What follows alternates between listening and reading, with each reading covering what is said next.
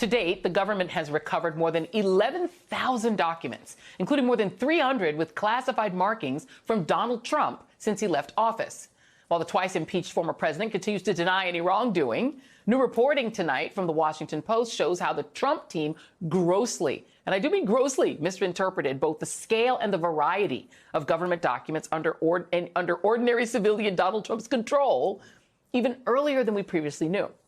The Post reports that the National Archives was told last year that Trump did not possess any classified materials and that he only had 12 boxes filled with news clippings. That's according to people familiar with the conversations. The Post writes, during a September 2021 phone call with top archives lawyer Gary Stern, Trump lawyer Pat Philbin offered reassuring news. Philbin said he had talked with former White House Chief of Staff Mark Meadows, who made the assertion about the dozen boxes of clippings the people familiar with the call said. Trump's team was aware of no other materials, Philbin said, relaying information he said he got from Meadows. As the Post points out, this shows that Trump's former chief of staff was more involved in communications with archive officials than previously known.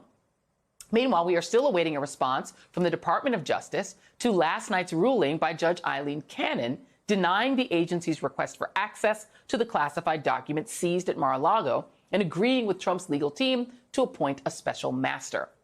It's expected that the DOJ will appeal the judge's decision. Now, remember, the rule of law states that no one is above the law. Everyone is to be treated equally under the law, and everyone is to be held accountable to the same laws.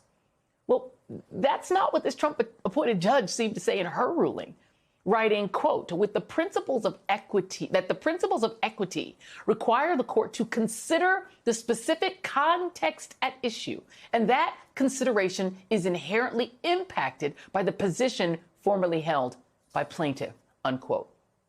I mean, that sure does seem to contradict the oath that she took as a judge. And it is just one of several perplexing stances that she took in her ruling. Among them was the claim that there is no identifiable emergency or imminent disclosure of classified information arising from Trump's retention of the documents that belong to the government. How could she say that? Well, some of those documents had classified markings dealing with some of this country's most closely guarded secrets, including human source material, a.k.a. information about foreign nationals inside other countries who are working for us. This judge has now commanded our foreign intelligence services to wait around for 2 months before the DOJ can fully investigate what happened with those documents at Mar-a-Lago.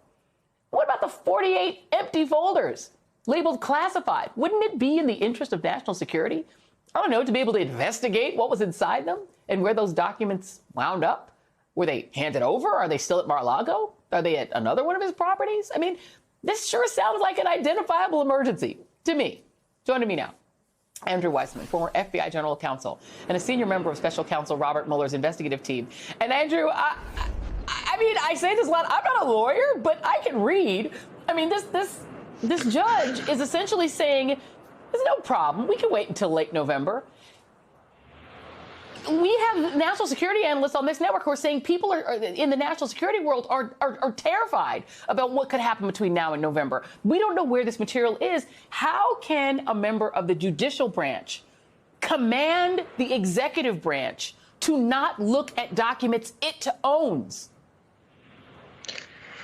So, Joy, reading her decision yesterday and reading her prior decision, it's like a greatest hits album. I mean, it's hard to know where to begin because there's so many things that are so wrong.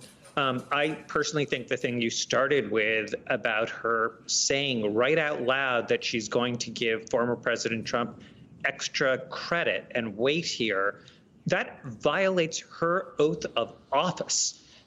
That require, I mean, it's so fundamentally serious. And then your second point is this is not something where it's like, okay, she violated her oath, but there's no real harm here.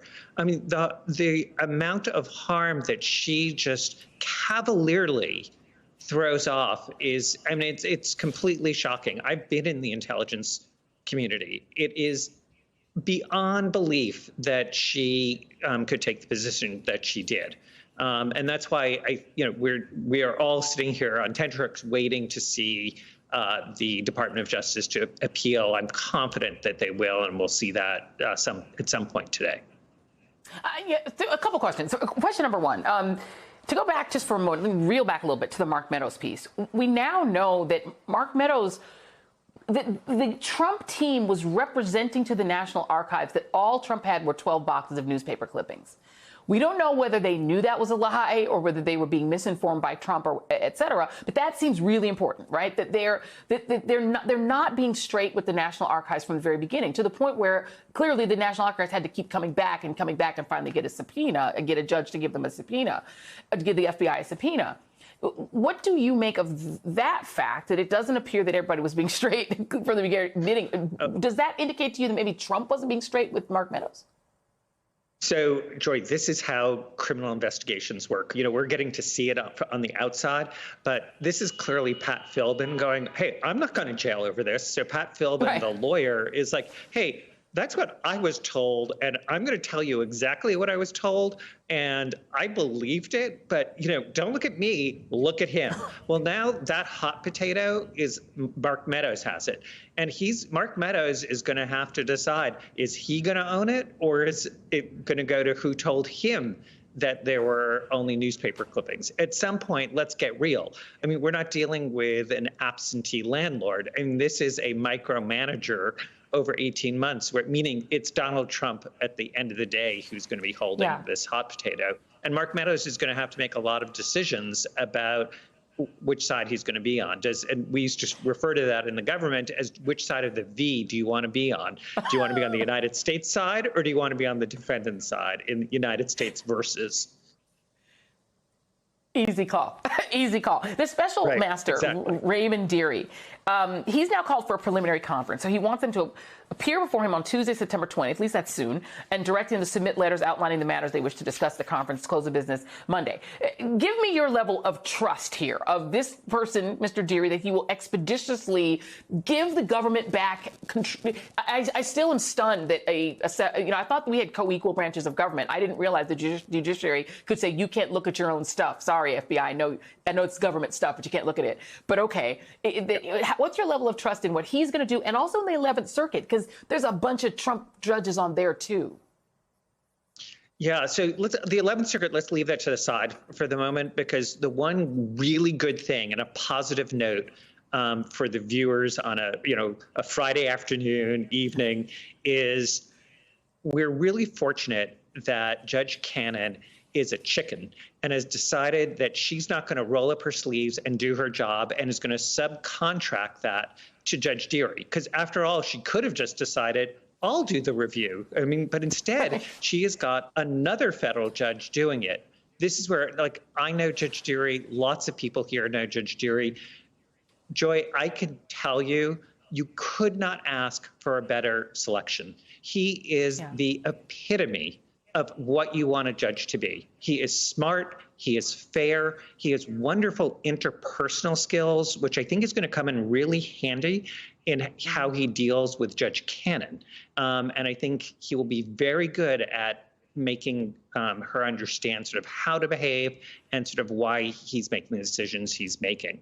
From the DOJ perspective, the good news is they know their backup is, no matter what happens in the 11th Circuit, they should be able to prevail there. But Judge Dearie is somebody, I always used to say, what you want from a judge is, when you're right, you'll win. And if you're wrong, you'll lose.